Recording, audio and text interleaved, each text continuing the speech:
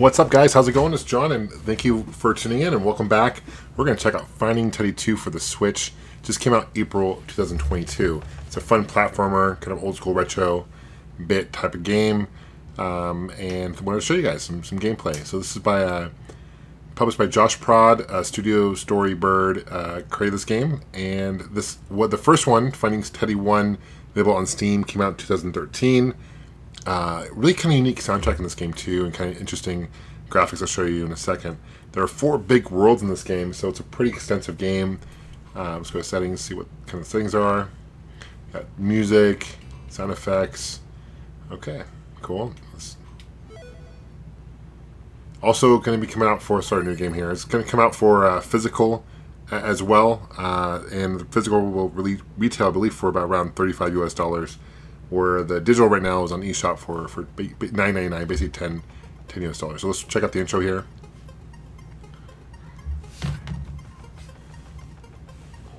Kind of see it looks like an old school game playing on a TV, BoobTube TV.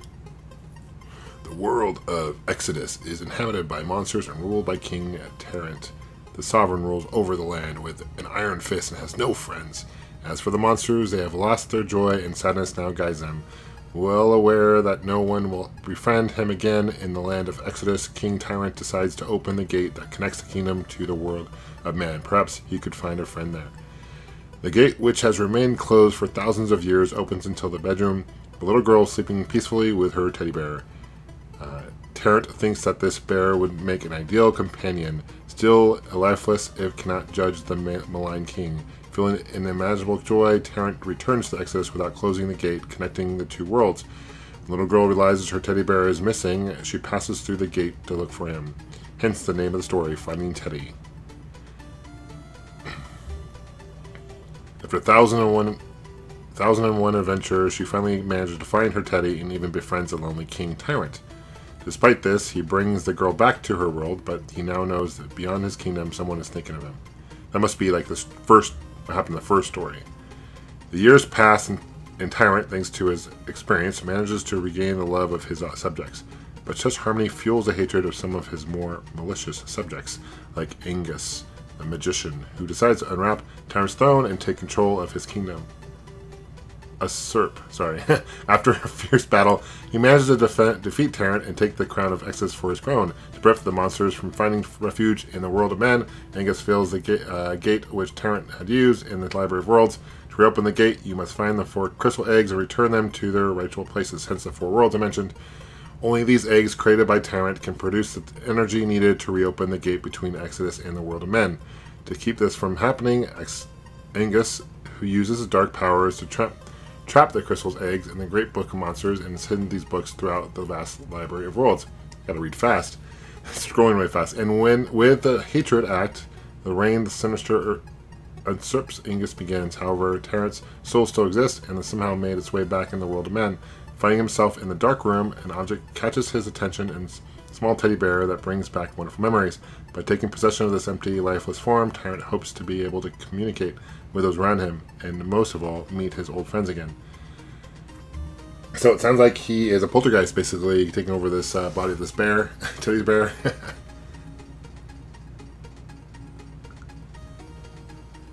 Have to be kind of a fast reader to scroll through that, but okay, here it is. This game kind of has a cave story feel to it, as far as like gameplay goes, kind of graphics wise, in my opinion, anyway. There she is, watching TV. Cool, you're playing as a female protagonist. I think that's always a cool thing, you know. Don't see many of that in games. There's a sword and shield. Now I'm controlling. There's jump, so A is jump.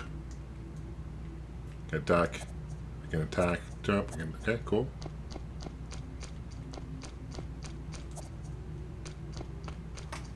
Up to go through the door.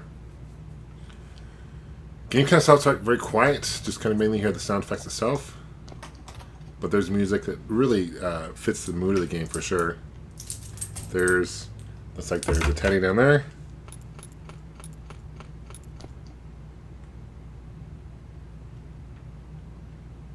Come back.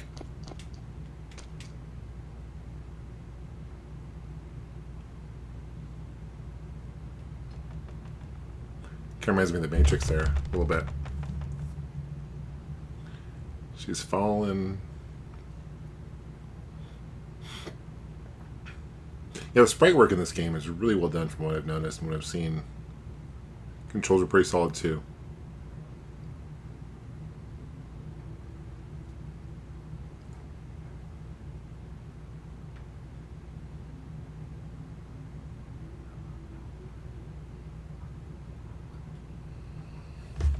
Graveyard.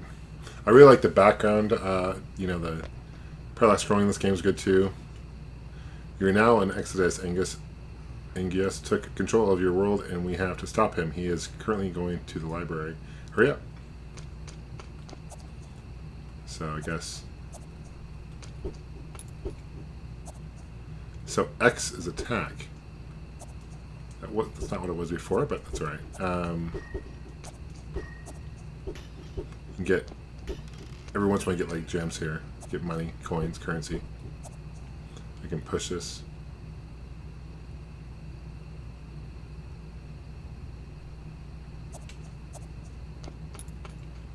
Push forward twice, you can run, which helps with jumping. Like I think I need it. Yep, see.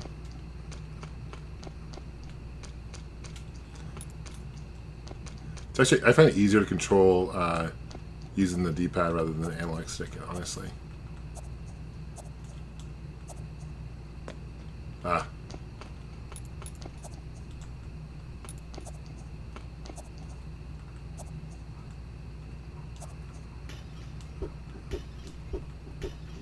All that for nothing. Let's see if I can jump up there.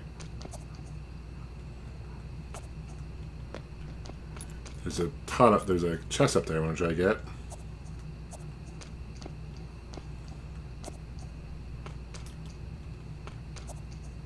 There you go. Push up. Got some gems. It's good to have.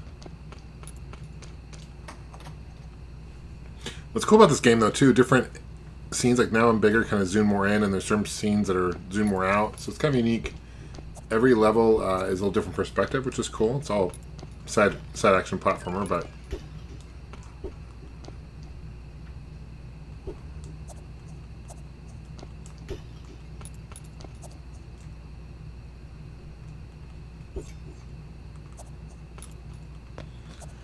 when you run, it's a little harder to stop. You can't really stop on a dime, so just keep that in mind. There are enemies in this game, don't worry. This is more just kind of an early level, just kind of get you used to the game. But yeah, the attention to detail, look at that waving grass there, it's really cool. They put a lot of time into the sprite work. Really impressive. Now zoomed out a little bit further out, here's something.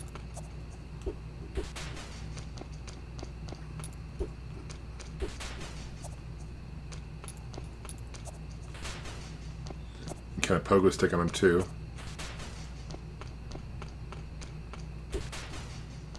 Oh, watch out for the bird.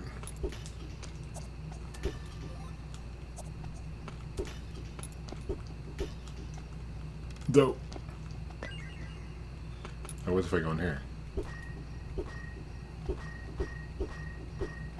That's not gonna work. I'm assuming I need to hit it pretty hard to float across.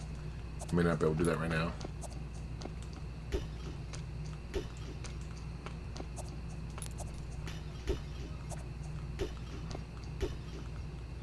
Most of these pots are worthless.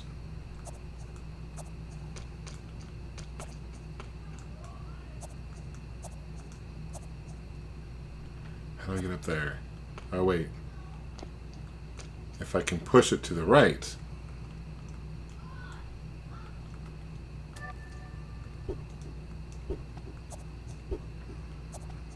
I can do that, but I don't think I can.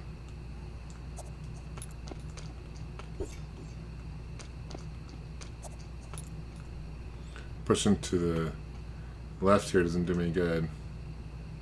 Dope. I'm not going to worry about it. Oh, can't swim. Good to know. Oh! I keep wanting to hit the Because X is attack, I keep wanting to hit X to jump. My health meter there is a top there in the middle top, as you can see.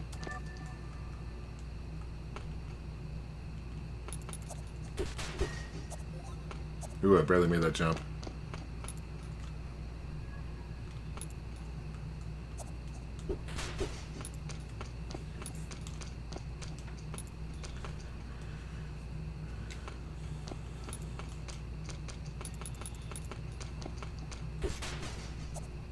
There's different enemies too that you encounter. I like the light effect. I like how it looks. I mean, the floating, I don't know if those are fireflies or what, but it's really cool. I'm assuming they're fireflies.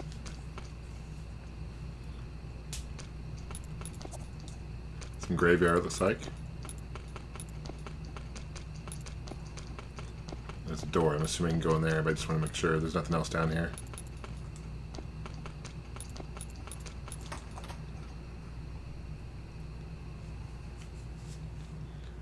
Look at now, I'm super small. This guy's huge.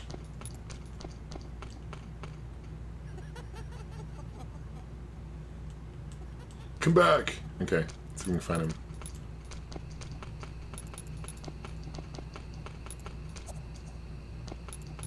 Yeah, the run feature's nice. Kind of skip through some of these long screens. That was cool, kind of give you a perspective how big that guy was, so that's why I was all zoomed out. I'm gonna go left here first.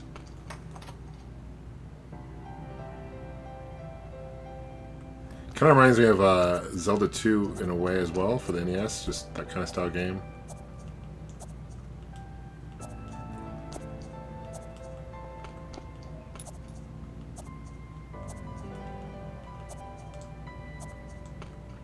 I think there's a way to get there. Let's see what's over here first. Can I climb this ladder? No.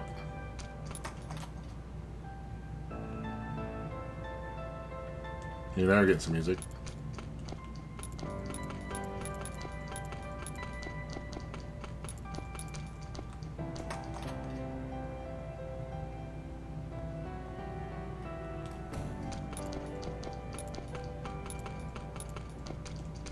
How do I get up there?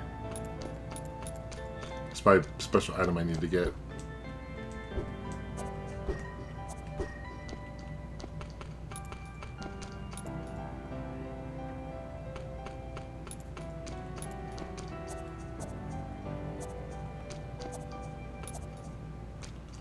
We're just in this door here. No, it won't open up.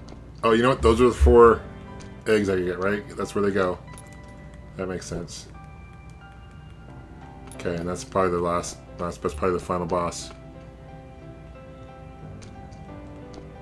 Now it's zoomed in. Then you can see a little more pixel work. That's really cool. It's different. It's unique. And I'm assuming these I can't quite get yet, so... There's some Metroidvania aspects of this game. You gotta get certain items to unlock special abilities.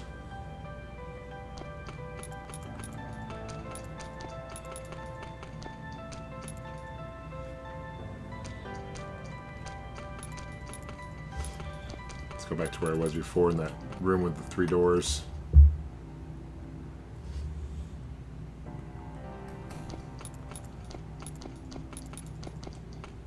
That's kind of weird. I wonder if there's some down here. Just looks like there should be, right? It's a little different.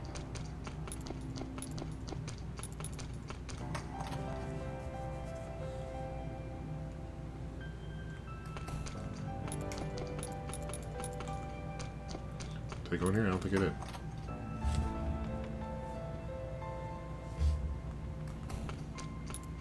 Treasure chest.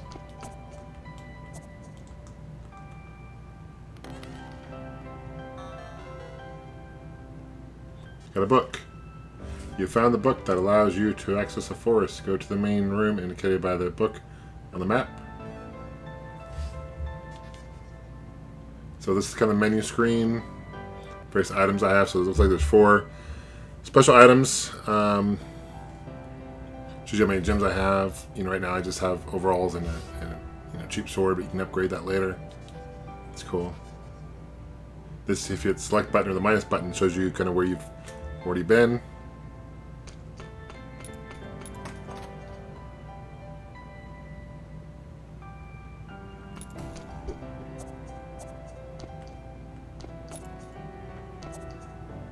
There's a way to go up there. There's stuff up there.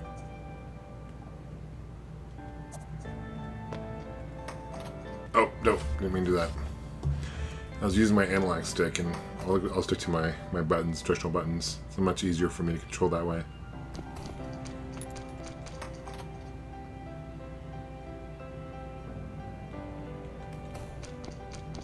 And what's to the right?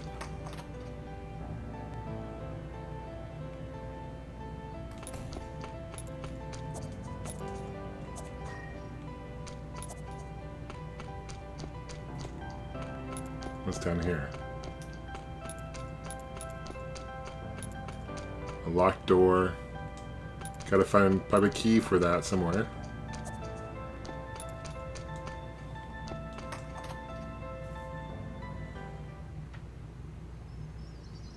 Gardens.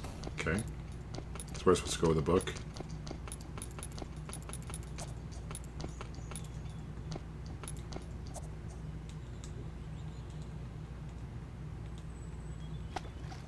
Nope.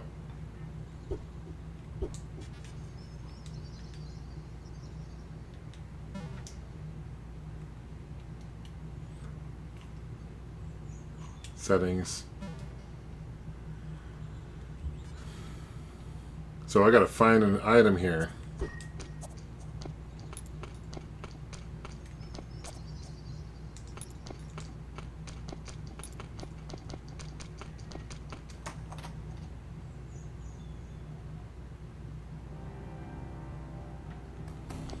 So it's a game that's got a kind of event, you know, it's one of those exploring games. You got to find certain items, kind of very Metroidvania-ish. I'm digging it. I like it. I think for $10, I think it's a decent deal. I'm excited for the physical release too. For $35, you get the physical. I like games like this. I like supporting indie developers. You know, I know they probably put a lot of time in this game, so it's a good thing. Trying to figure out how to get up there. Anyway, guys, let me know what you guys think. I'm going to stop for now, but I'll play some more later. I might live stream it later down the road, too. Appreciate you guys leaving a comment, checking this video out, subscribing, of course. We'll see you guys soon. Take care, and game on.